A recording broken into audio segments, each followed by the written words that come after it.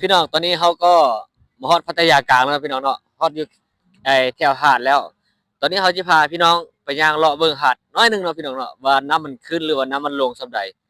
นะกำลังติดตามกันไปพี่น้องไปเบิ่งนำกัน Few moments later. พี่น้องตอนนี้เขาก็กำลังย่างไปแล้วพี่น้องเนาะเขากำลังย่างไปย่างเข้มหาดพี่น้องอ่ะ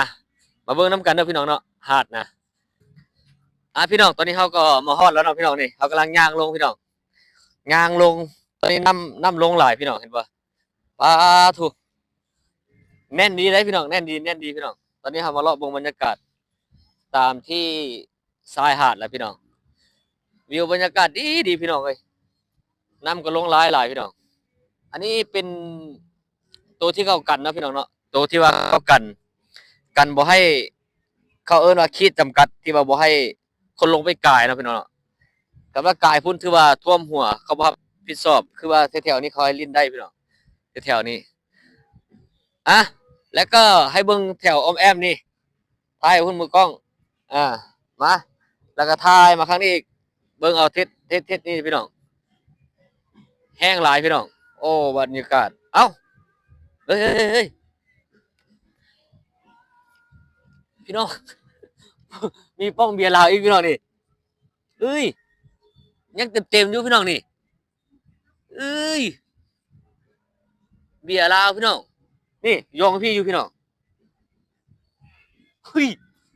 เสือกพี่น้องเสือกเห็นเบียร์ลาวพี่น้องนี่ป้าถูกไปเสือกกันพี่น้องหลังจากที่เมื่อกี้เขาถ่ายคลิปเมื่อกี้เนาะเขาเห็นเบียร์ลาวพี่น้องบ่ฮู้ว่าเบียร์ของผู้ใดมาวางเนาะตอนนี้เขาก็จะไปกินเบียร์ลาวกันพี่น้องป้าขวยปูนี่ที่ขวยปูนี่นะเขาจะไปลองกินเบียร์ลาวบ่เด้อพี่น้องเด้อเบียร์ลาวเบียร์ของคนจริงใจเนาะพี่น้องเนาะเพราะว่าเขาไม่เห็นน้ำตั้งกันกระป๋องหนึงได้นี่จักมันของแท้หรือของปลอมมันก็ปิดอยู่พี่น้องเห็นบ่นี่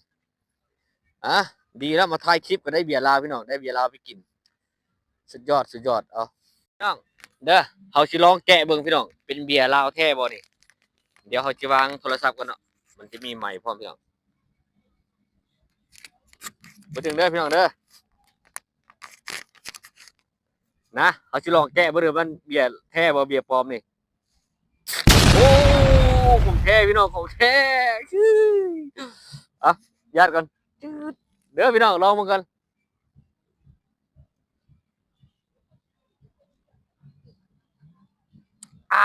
พี่น้องเบียร์ผู้เย็นพี่น้องของแท้อีหลีพี่น้องเอ้ยมาเลาะหาดทรายเลาะทะเลกัน